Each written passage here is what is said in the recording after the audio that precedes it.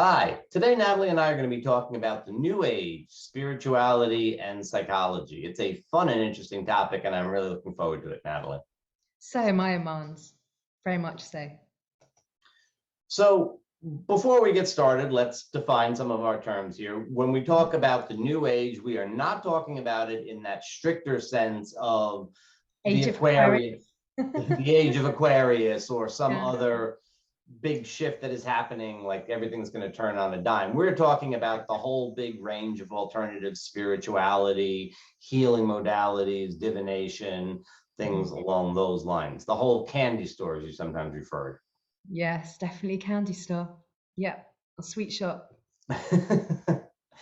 And I think you have the insight that one thing often leads to the next with New Age. Yeah, definitely. I mean, I remember when I first discovered it, and it was such a discovery, everything that you're not taught at school. I was 20 at the time, and for me, it was learning about, first of all, healing and then chakras, and then that leads to yoga, shamanism, and yeah, there's just so much to learn. And it is like being in a sweet shop. It was a great discovery. And I mean, I got into astrology when I was very young as well. So yeah, I feel like I've been involved in the new age for, well, coming up 30 years. It's a long time, isn't it, Armand? Yeah, it is. It is. I think that the New Age, when we talk about it as the sort of alternative spiritual path, is such a it's such a needed thing, because the two streams that we have in Western society are sort of cold scientific materialism. Everything is just dead matter that happens to be a little bit energized on the one hand, and then on the other hand, we have the religious dogma, which is quite limiting in its own way. And it's amazing that those are the two accepted streams, and they don't care much for each other. They don't care much for Right. each other. And they don't care much for the third stream, the New Age. But it's so important to have something that will give us a different viewpoint, that between those two pillars of. Exactly. Exactly. Some faith, some purpose, and a system in which to which can help us to be more virtuous. It can help us to have good values, to believe in something, to have meaning. I mean, that you could say that all sounds a bit like religion, but it's not, is it? It's but spirituality does, it does take from different religions in some ways. Obviously some of the practices, you can It say does. meditation, you can say affirmations, you can say even mindfulness, really. Prayers. Prayers. But I think that the thing with New Age spirituality is that there's a big emphasis on actually having the experience yourself.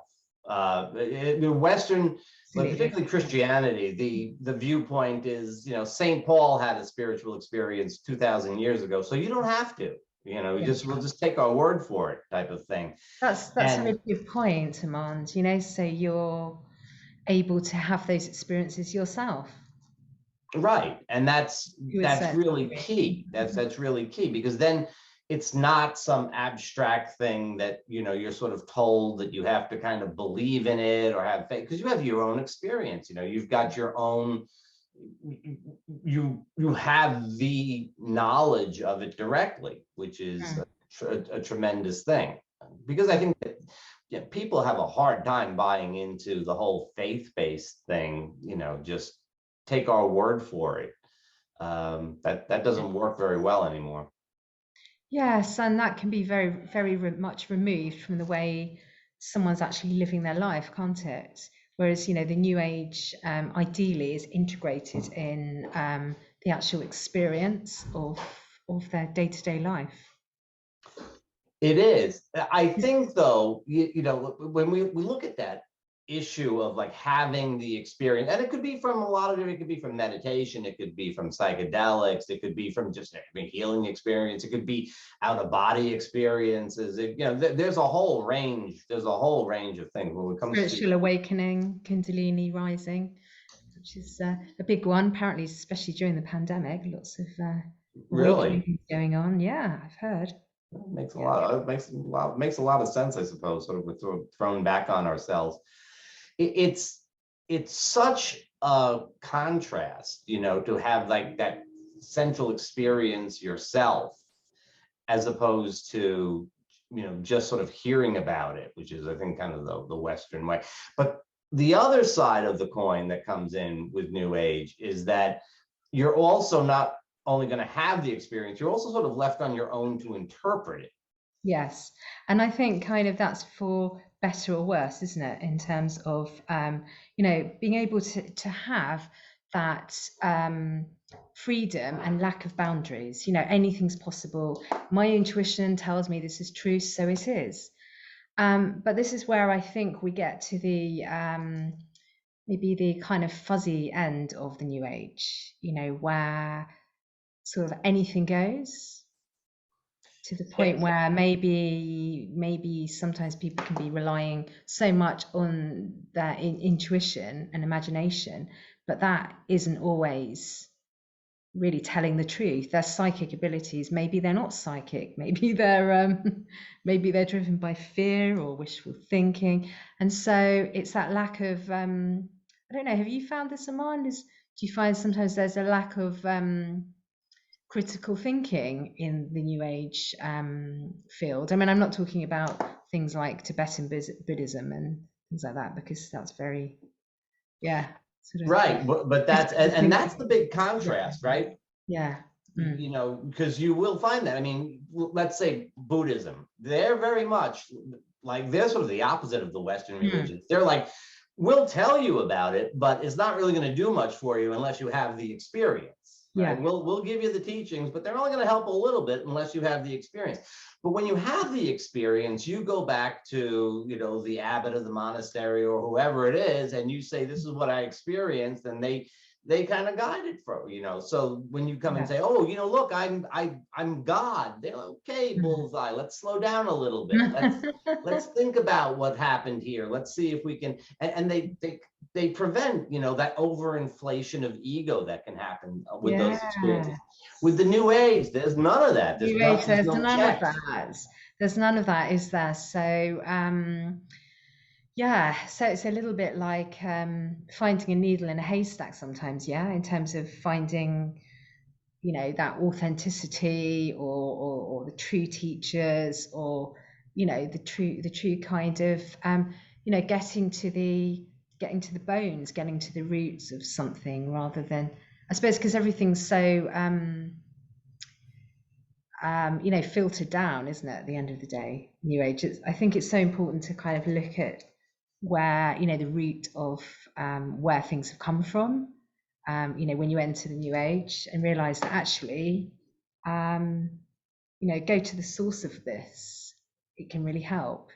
It's extraordinary that many times, well, a lot of the roots are pretty fuzzy. A lot of the times it's hard to follow things down.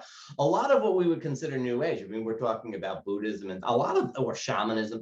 We're actually talking about things that are really like the past age on top of all. Well, it's kind of the ancient age, and I find it very interesting with psychology. With some of the neuroscientific research that's being done. And it was a really interesting point a friend made a while ago about psychology, that a lot of it is rehashing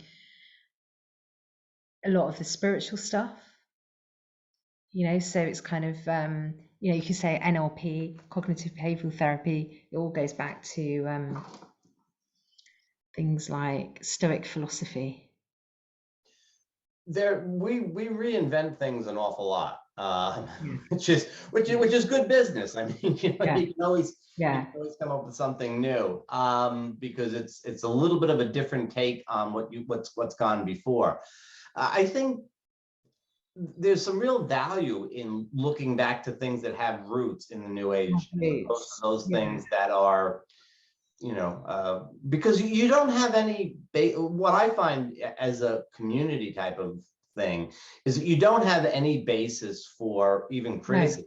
If somebody says they were the king of Lemuria back in the day, Then, like you're not allowed to say, well, are you sure?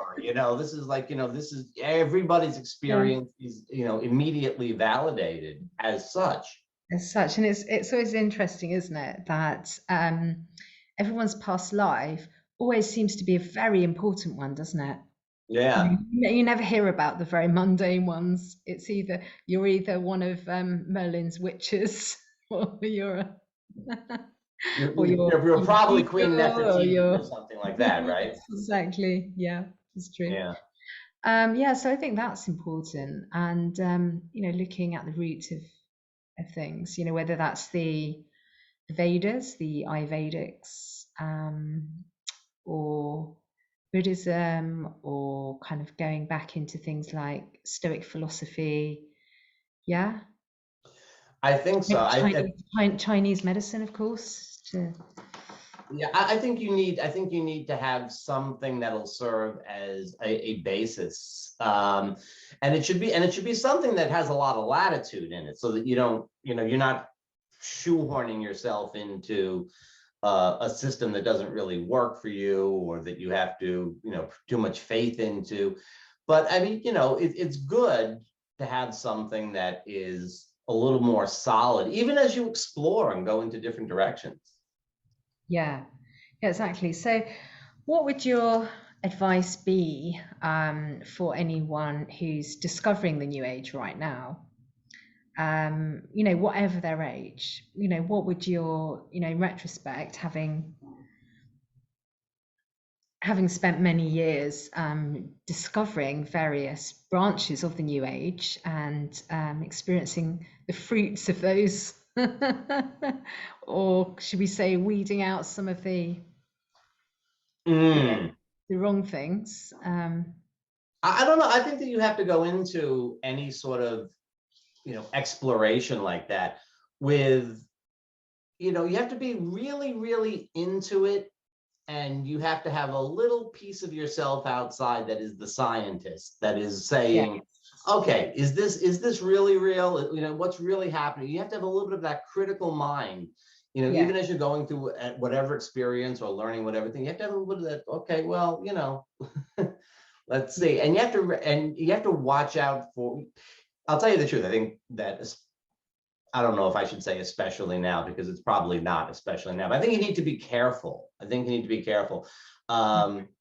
There's a lot of folks that look for vulnerabilities, and there is a certain amount of preying on people out there. Not yeah, because people, there's so many people who discover the new age. It is via possibly some kind of trauma in some cases, not always, of course, but it could be, or it could be through a bereavement, something like that. So they may already be quite vulnerable, or quite young, you know. And there's a lot of money in the wellness sphere these days, isn't there? You know, There is. I think that it's again, it's a good thing. It's good thing that people want to take care of themselves. It's a good thing that people want to explore and see what will work. It's good that people want to go outside of the traditional Western medical model. It's yeah. good stuff. But on the other hand, you're on your own. You're completely on your Yeah, exactly. And kind of, as always, it's always about balance, isn't it? And integrating things. Um, and I think when that happens, it can work really well. I mean, in my experience, I discovered spirituality way before I really kind of understood about the mind, and I kind of explored psychotherapy and hypnotherapy and learned about neuroscience. And I feel that um, it's really helped me. It's made me much more kind of balanced, through understanding how the mind works. And I also wonder whether, you know, spirituality can, always be the answer to things like overcoming some anxieties or depressions or or phobias. I really think there's that kind of need for a bit more of an overlap between psychology and spirituality. I mean, it does happen, but I wonder whether sometimes people, say people who may have a spiritual practice, may feel that resorting to, say, a talking therapy is a sign of weakness because their practice, whether that's yoga or something like that, should be enough. But I kind of feel that it is important to kind of check in with the mind and to have that reality check, to realize that actually you're on an emotional level, that our minds don't know the difference between imagination and reality. So it is important to kind of make sure that we're not in our more kind of emotional brain, believing all of our kind of worst thoughts, or believing in certain things that just are not helpful. I think that that's really quite crucial. And I mean, spirituality in the sense of getting in touch with what is the ground of existence, and also in a sense the pinnacle of existence. It's sort of the basis and the top at the same time. It's important and it is liberating, but no, it doesn't fix everything in the middle. It doesn't fix the mind level stuff. And you see that even with Buddhist teachers and so on, you see people can go, quite off to Yes. the side with things. Things can go sideways pretty quickly if you don't have that insight into the way the mind works and have a little bit more psychological approach to things. Yeah, definitely. Yeah. I mean, you hear a lot about Buddhist psychology, and it is really elaborate, and it shows how things work, but it's not the same as actually having the experience of seeing how your mind is working on a particular issue. It's Yes. And I think that's a kind of big thing, really, that you've addressed. It's that difference between intellectually knowing something and actually experiencing it. It can be easy to confuse the two, can't it? Really, you think because you know something that you are it, and I think this is where some kind of level of spiritual bypassing can come in, I think. mm, that's a big problem, isn't it? And I think that that's a big problem in the new age, is like we're just, if things are getting tough, we're just going to kind of float away from them. This They is kind of use it as a kind of escape route kind of thing, or to use spirituality to kind of I guess kind of escape the nitty-gritty of the reality of life, which is not always black and white, is it? Like, for example, you create your own reality, so whatever happens to you is your own fault. It's not always as simple as that, though, is it? It's a yeah, lot more well, complex. that is one of that I think, as a straight out of the box kind of thing, that is, I think, one of the most pernicious problems with the new age, that idea that you create everything. It's like, well, there may be a degree of truth to that, but it's not your ego, it's not your feeling, it's not you, your personal self, that is doing any of that sort of stuff. And there are just tides of things that happen across humanity that are not really very personal to anybody. I mean, it's not, you didn't create the earthquake that brought the building down on top of you, in the sense of like, wow, I really should have been careful about that. Yeah, exactly. And it is that point, isn't it, where the individual becomes more connected to the collective. And do you feel that, in on a spiritual journey, do you think that there are different sort of levels of awareness? Do you think, when you first discover it, it is so important to focus on yourself? It, all starts with the self, doesn't it? Because until we know ourselves, how can we be any good to anyone else? And so it does all start with the self. But at some point, it does become more about others, yeah, giving back. It does. Well, and I think that there's certainly different levels, and there's certainly different types of these Mm. experiences. You know, you could have the nature experience, you could have the God experience, you could have the one with all humanity, with all being. You know, you could have different levels. And I think that part of the whole spiritual process is expanding your sense of identity.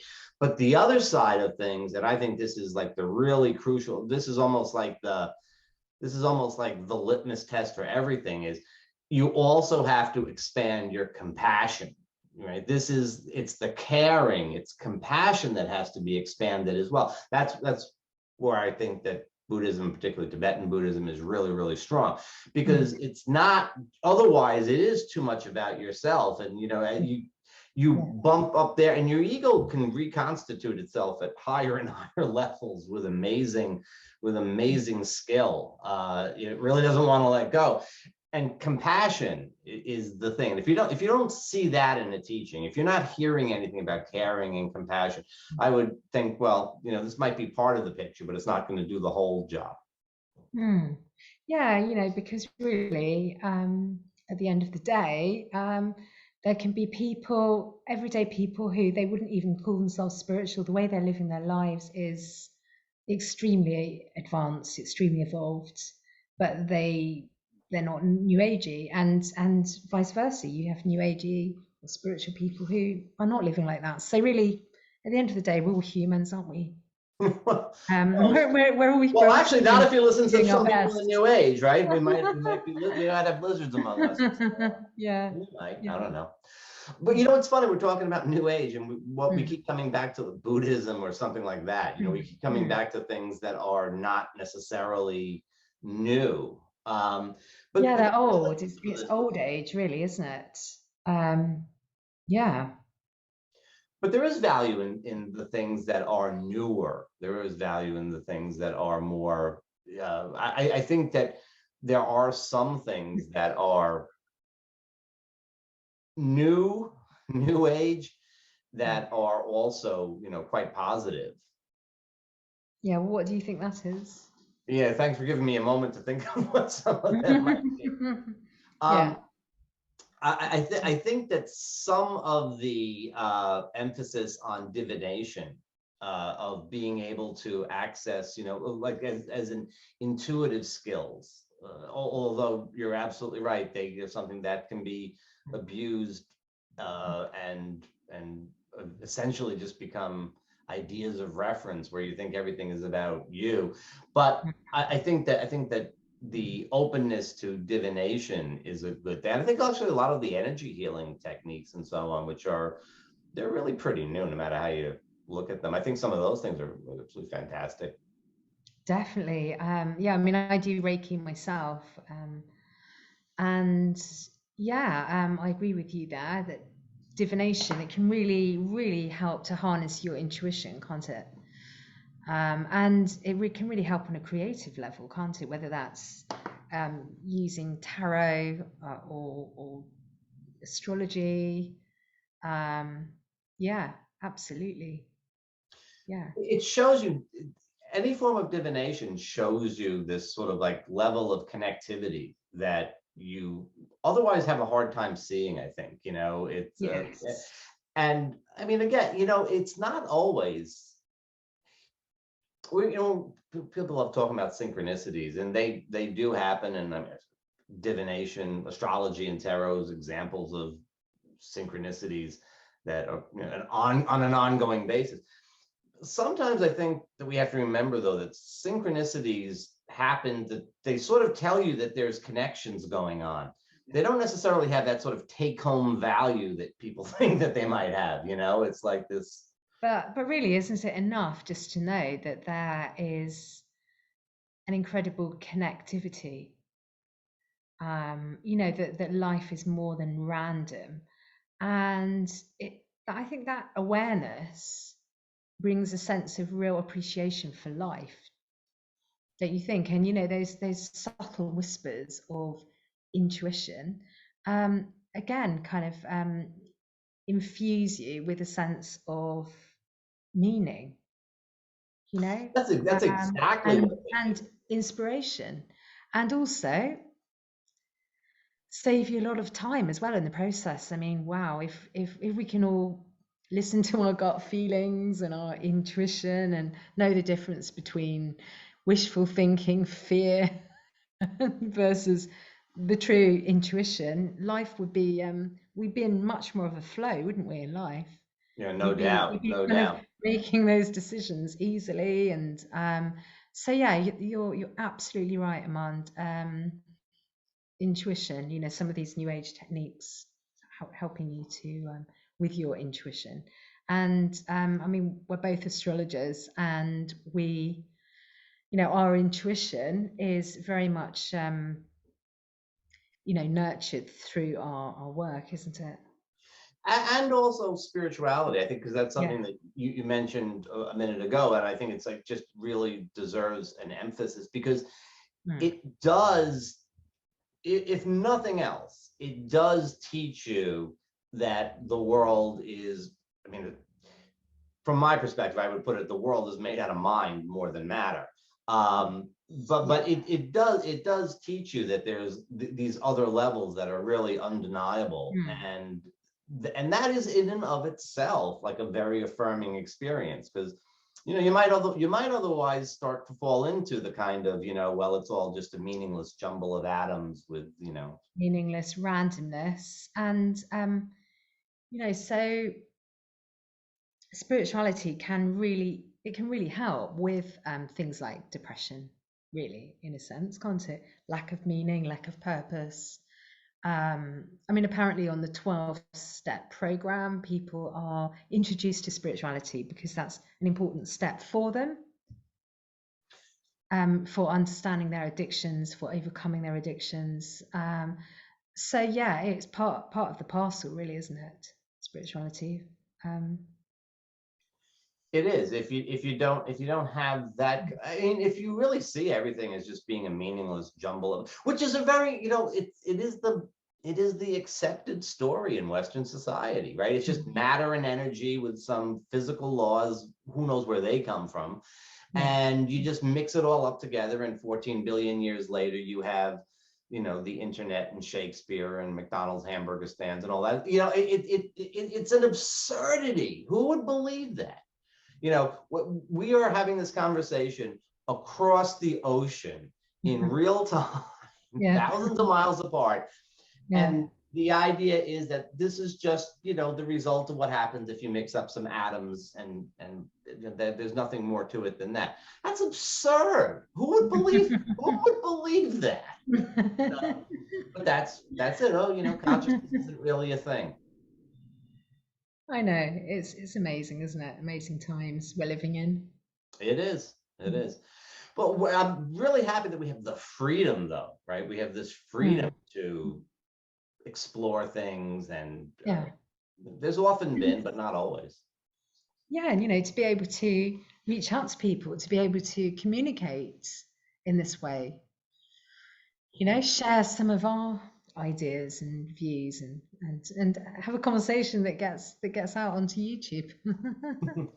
And people can subscribe and Yes, like the exactly. when they are done watching it. And I suppose that we are wrapping up this talk, and we will be back Yeah, shortly with another talk, we certainly will. We're actually planning on doing these every week. at So least. at least, so look out for them. Okay. Bye bye. Bye bye.